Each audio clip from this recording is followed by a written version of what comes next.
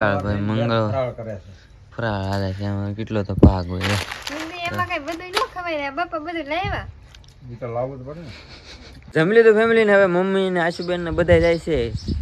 મતદાન કરવા મતદાન દેવા